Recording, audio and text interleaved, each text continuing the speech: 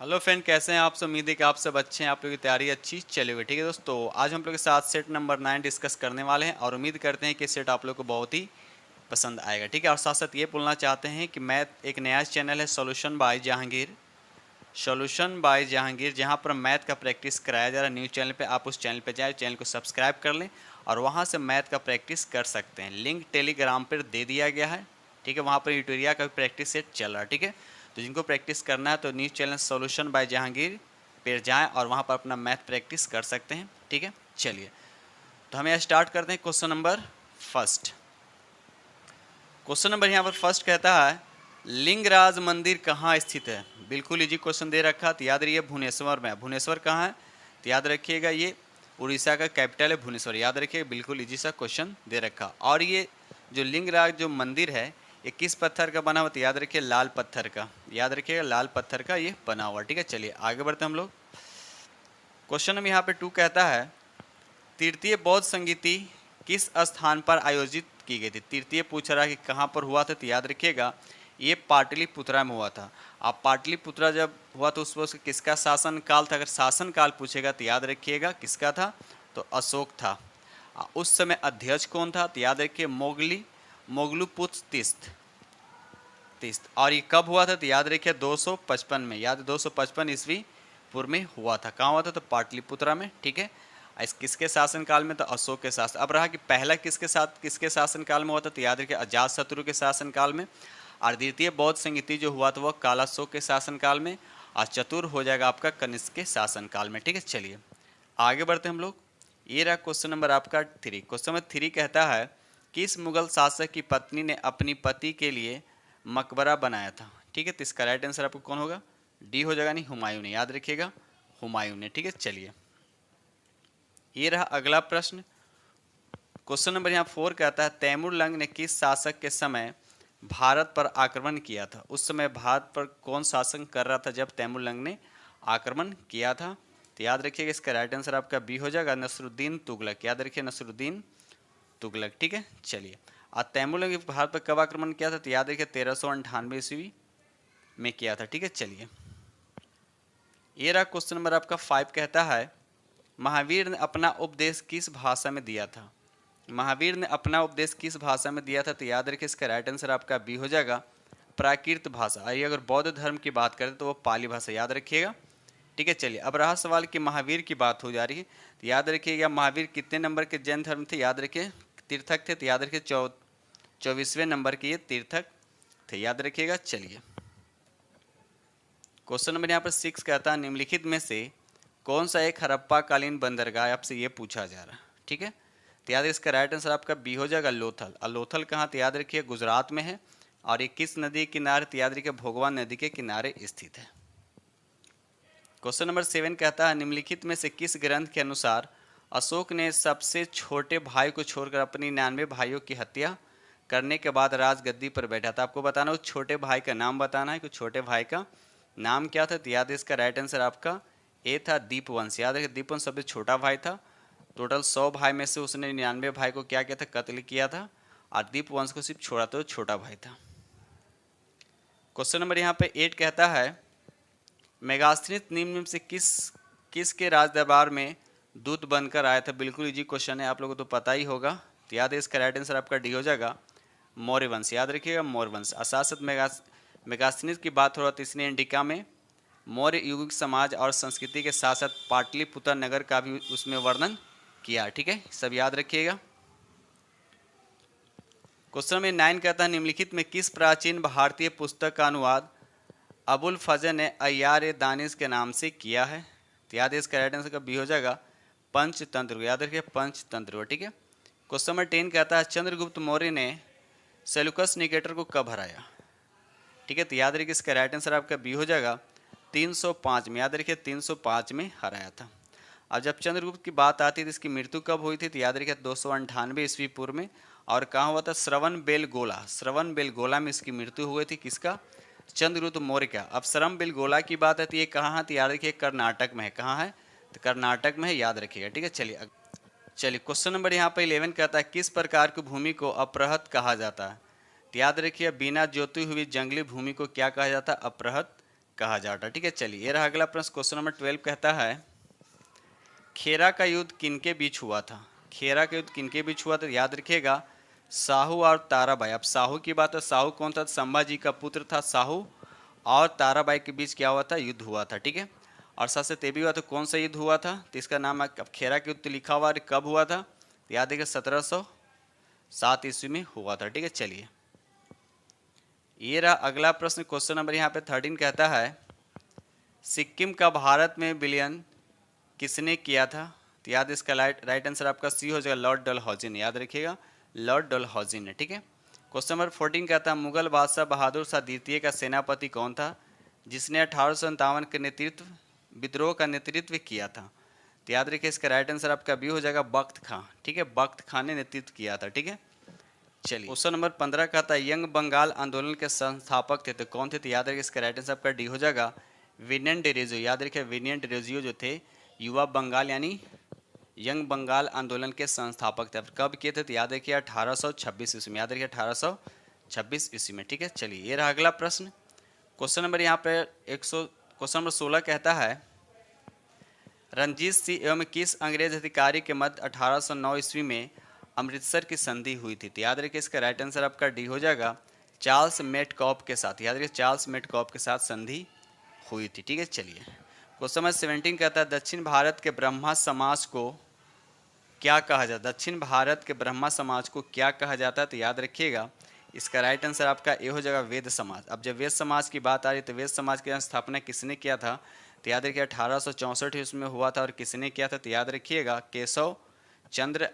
केशव चंद्र ने और के ढल्लू नायडू ने किया था। याद रखिएगा। चलिए आगे बढ़ते हम लोग। क्वेश्चन नंबर 18 कहता है इंडिया होम रूल सोसाइटी का गठन कहाँ किया गया था? तो याद रखिए इसका राइट आंसर आपका सी हो जाएगा, लंदन में किया गया था। कब किया था? लंदन में किया गया था। और किसने कब किया था? याद रखिए 1905 में किया गया था। और किसने किया था? तो याद रखिएगा श्यामजी कृष्ण वर्मा ने लंदन में इंडिया होम रूल सोसाइटी का गठन किया था। ठीक है, चलिए आगे बढ़ते हम लोग। क्वेश्चन नंबर 19 कहता है प्रथम कारखाना अधिनियम किसके समय में पारित हुआ था? तो इसका राइट आंसर आपका ये हो जाएगा, लॉर्ड रिपन के समय में क्या हुआ था?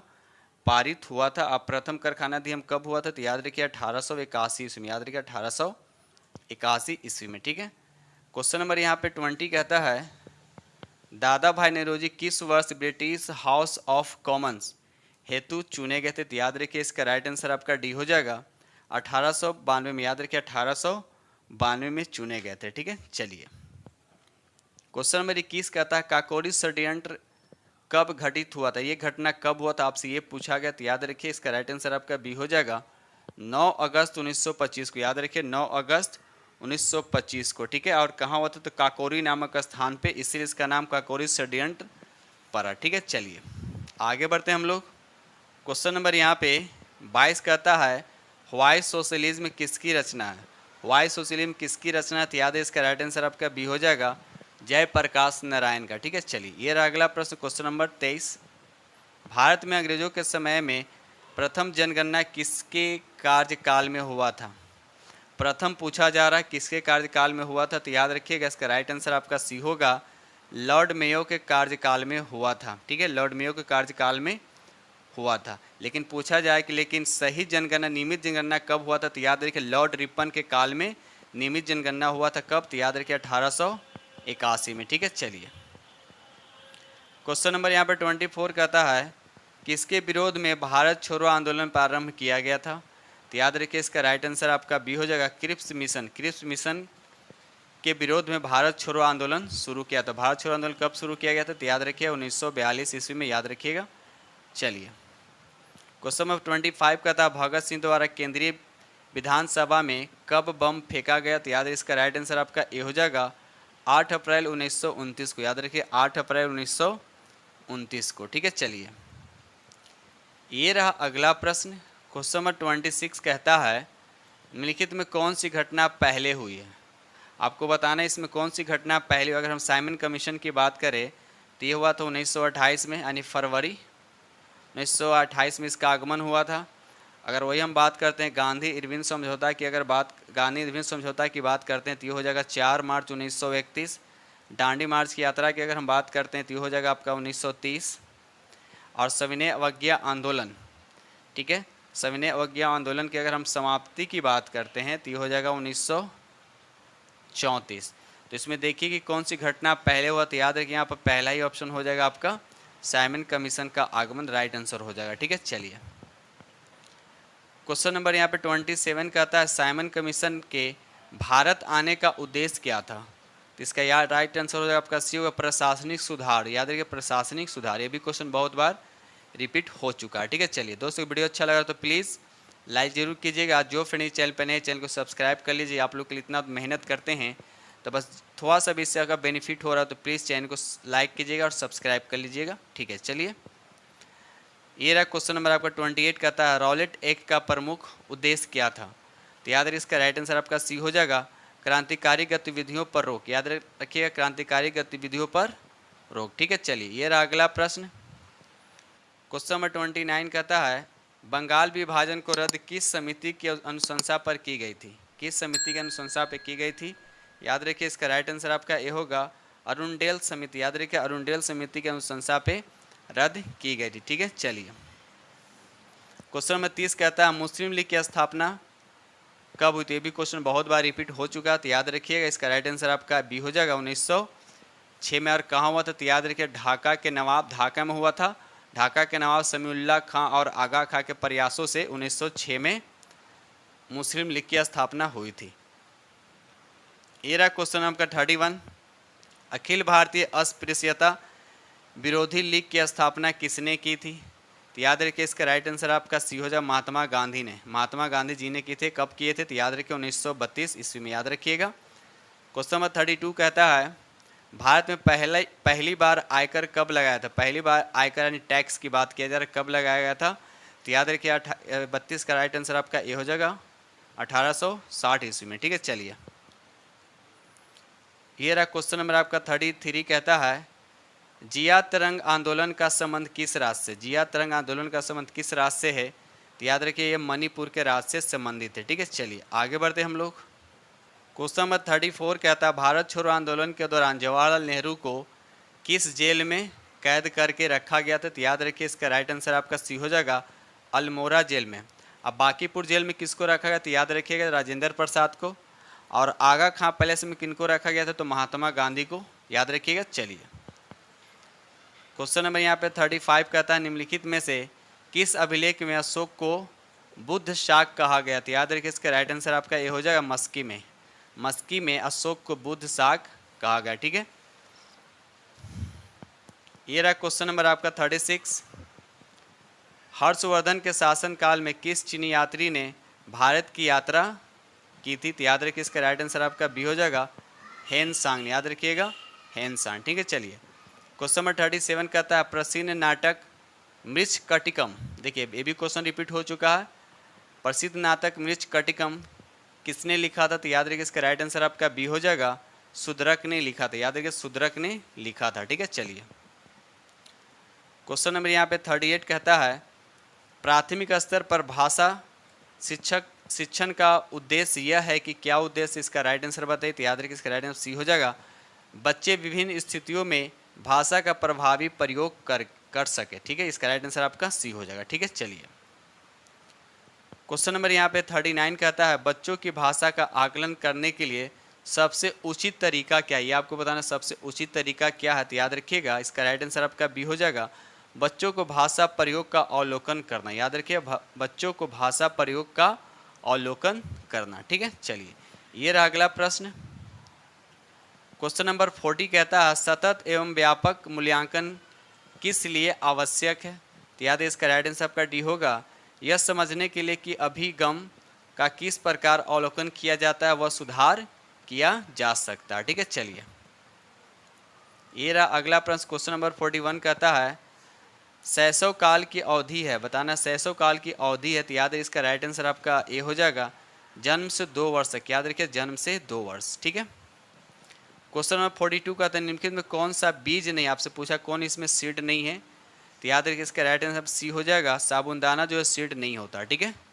चलिए क्वेश्चन नंबर 43 का था निम्नलिखित कौन सा युग में सही, तो याद रखिए यहाँ पर आपका ए सही है असम में बिहू, बाकी यहाँ लिखा भारतनाट्यम, ये तमिलनाडु में, याद है तमिलनाडु का ये नृत्य, याद रखिएगा। चलिए आगे बढ़ते हम लोग question number next.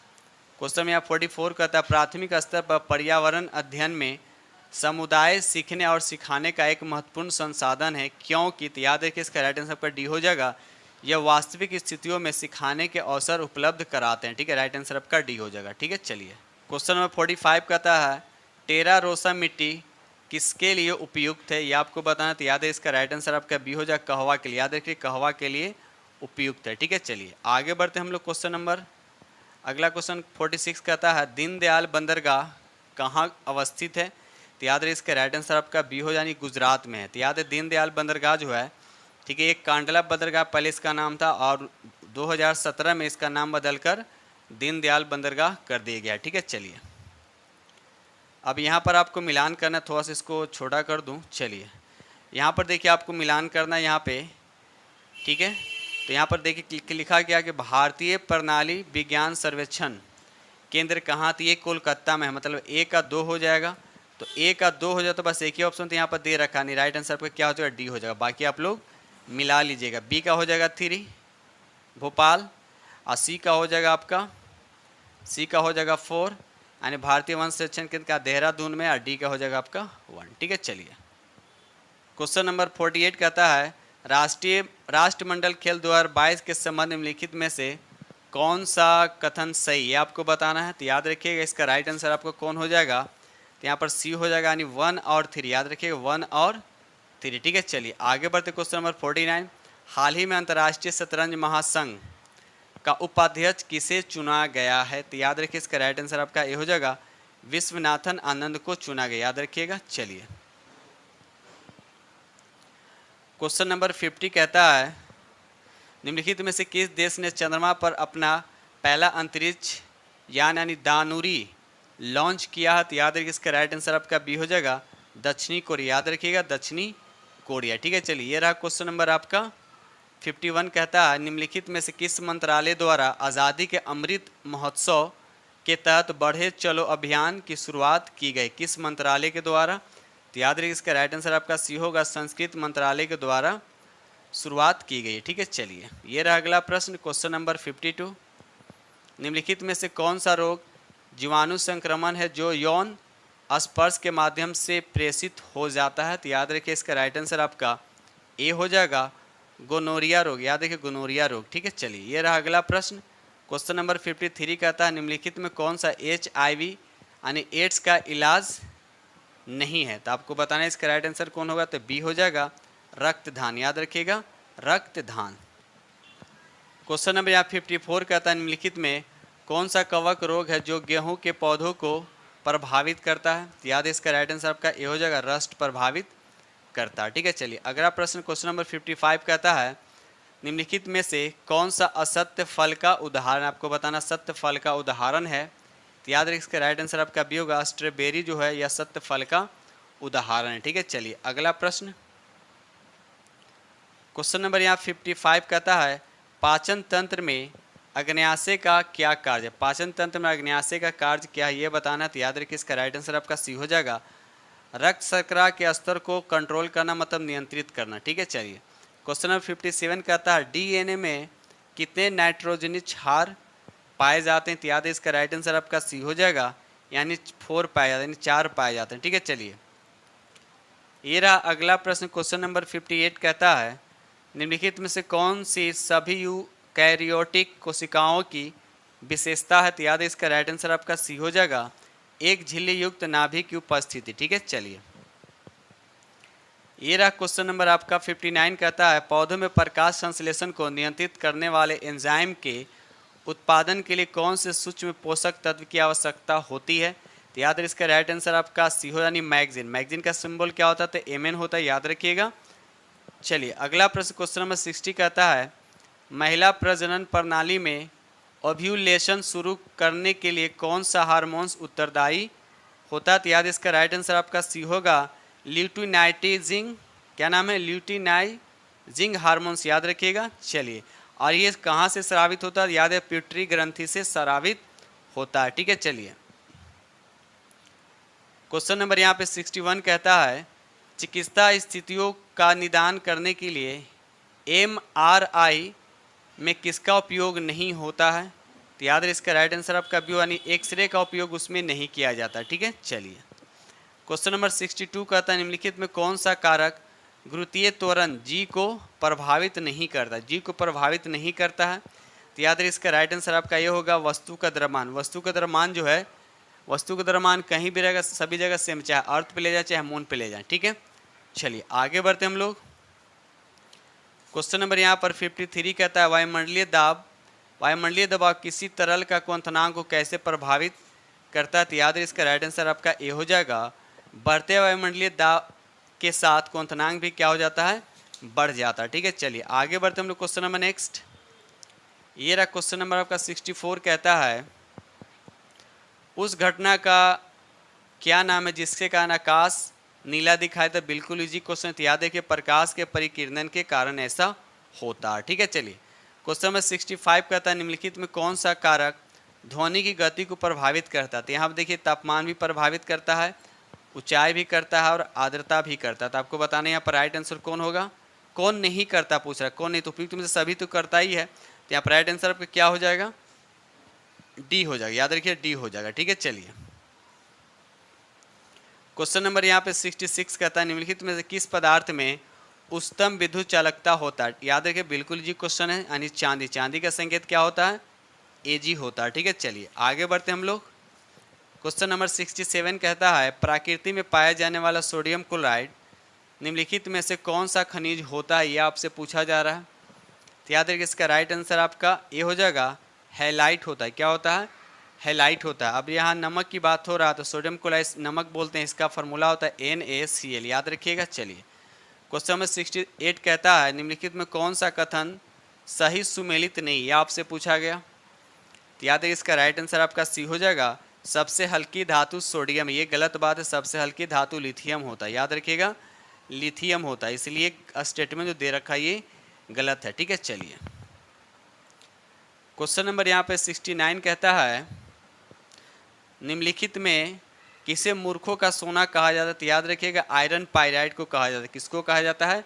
Iron pyrite को, जिसको फार्मूला आता है FeS2 होता है, याद रखिएगा। चलिए क्वेश्चन नंबर 70 कहता है वायु व निर्माण में किस मिश्र धातु का प्रयोग किया जाता है? तो याद रखिए यहाँ पर मैग्नीशियम का भी किया जाता है और डुरेलियम का भी उपयोग किया जाता है। ठीक है, चलिए नाइक्रोम का यूज़ कहाँ किया जाता है? ये तो हीटर में किया जाता है, याद रखिएगा हीटर में यूज़ किया जाता है। ठीक है, चलिए तो यहाँ पर इस क्वेश्चन का आंसर हो जाएगा आपका D is the correct answer. ठीक है, चलिए क्वेश्चन नंबर 71 कहता है हंसाने के लिए निम्नलिखित में किस गैस का प्रयोग किया जाता है? तो याद रखिएगा इसका राइट आंसर आपका बी हो जाएगा नाइट्रस ऑक्साइड का उपयोग किया जाता है। अब नाइट्रस ऑक्साइड बहुत लोग कंफ्यूज होते हैं नाइट्रस और नाइट्रिक में, तो याद रखिए हंसाने वाले गैस जो होता है नाइट्रस ऑक्साइड होता है, जिसका फार्मूला होता है N2O होता है। वो अगर नाइट्रिक ऑक्साइड की बात करें तो ये होता है NO होता है, याद रखिएगा। चलिए क्वेश्चन नंबर 72 कहता है निम्नलिखित में कौन सी गैस जो फोटोकेमिकल स्मोक के कारण आंखों में जलन पैदा करती है? तो याद रखिए इसका राइट आंसर आपका ये हो जाएगा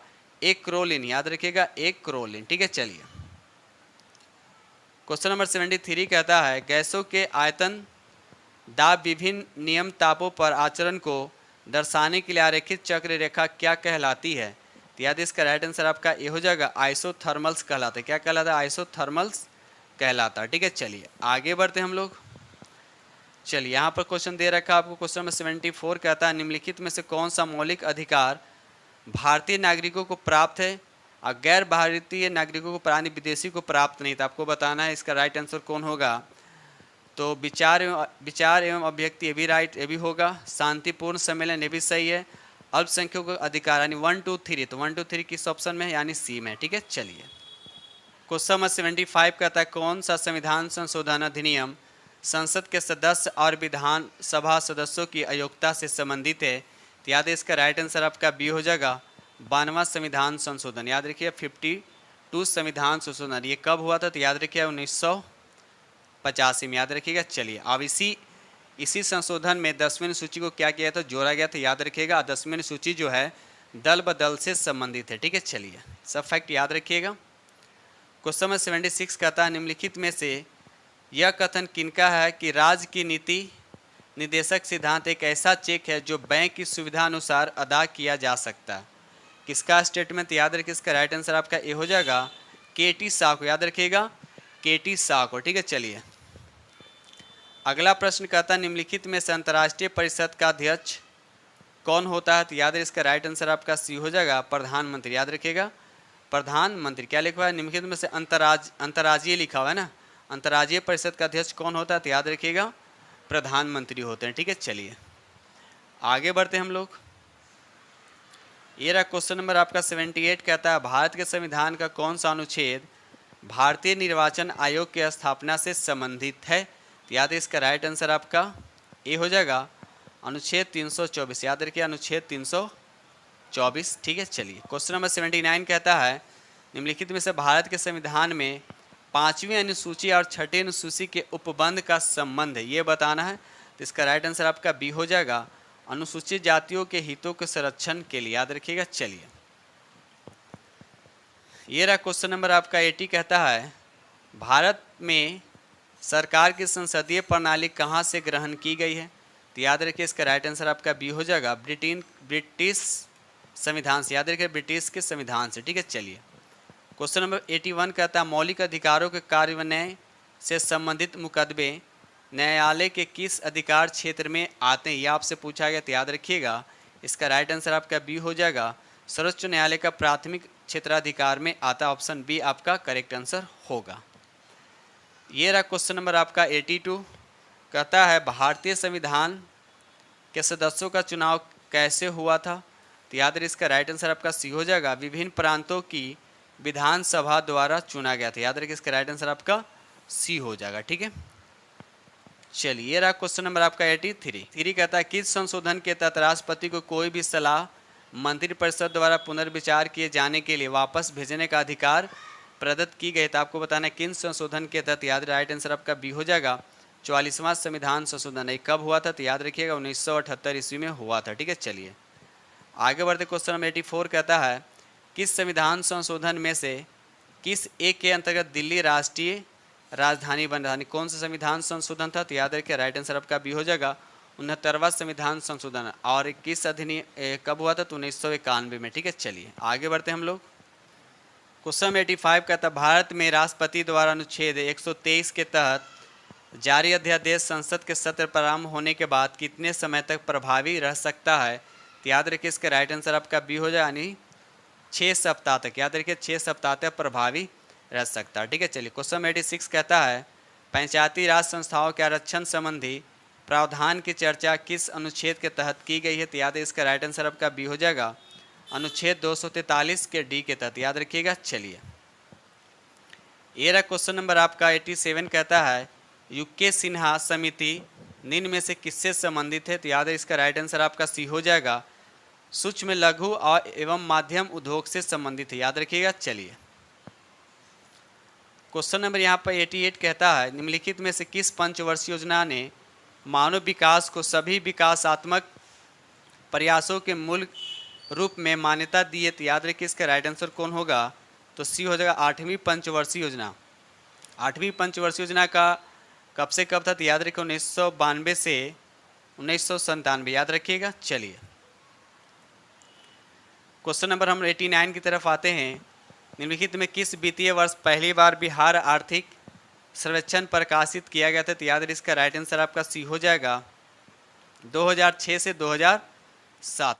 क्वेश्चन नंबर 90 कहता है निम्नलिखित में से किसे राष्ट्रीय आय की गणना में शामिल नहीं किया गया? तो याद है इसका राइट आंसर आपका सी हो जाएगा, मध्यवर्ती वस्तुओं को शामिल नहीं किया गया। ठीक है, चलिए क्वेश्चन नंबर 91 कहता है प्रधानमंत्री आवास योजना के लिए घोषित कुल बजट परिव्यय कितना है?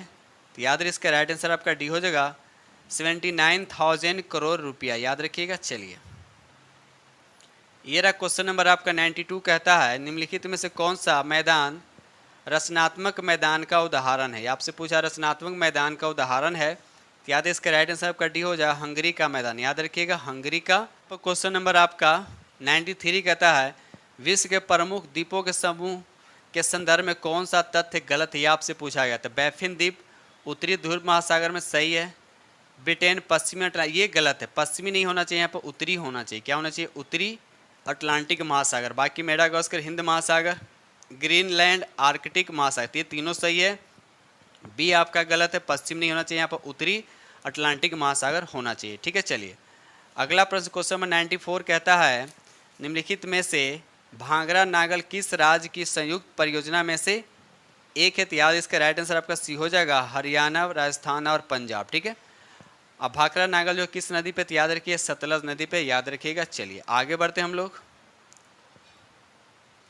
क्वेश्चन नंबर 95 कहता है भारत में पाए जाने वाले गद्दी, एक जनजाति है, किस राज्य से संबंधित है? तो याद रखिएगा इसका राइट आंसर आपका डी हो जाएगा, हिमाचल प्रदेश से संबंधित है। ठीक है, चलिए आगे बढ़ते हैं हम लोग।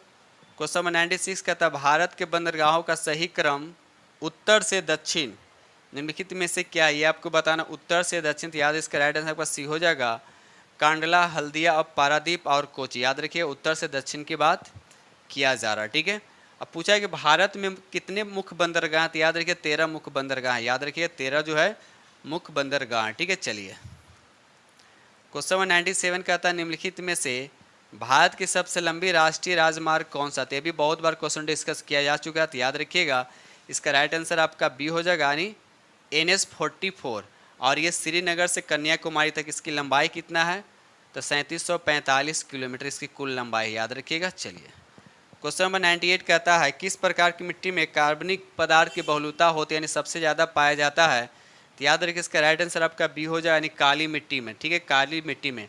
काली मिट्टी जो है बैसाल चट्टान से बना है, याद रखिए बैसाल चट्टान से बना है।